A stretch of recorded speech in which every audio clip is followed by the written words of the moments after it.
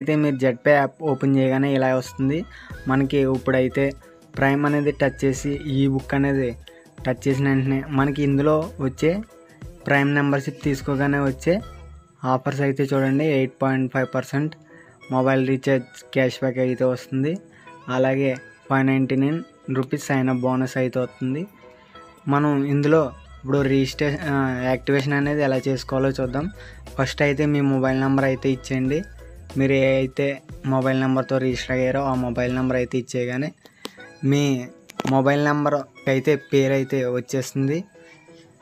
ఆ పేరు అయితే క్లిక్ చేసి కింద సెలెక్ట్ ప్యాకేజ్ అని ఉంది కదా, అదైతే మీరు 599 లేదంటే 1199 అయితే సెలెక్ట్ చేసుకొని మీరు కింద అయితే సెలెక్ట్ చేసుకోండి.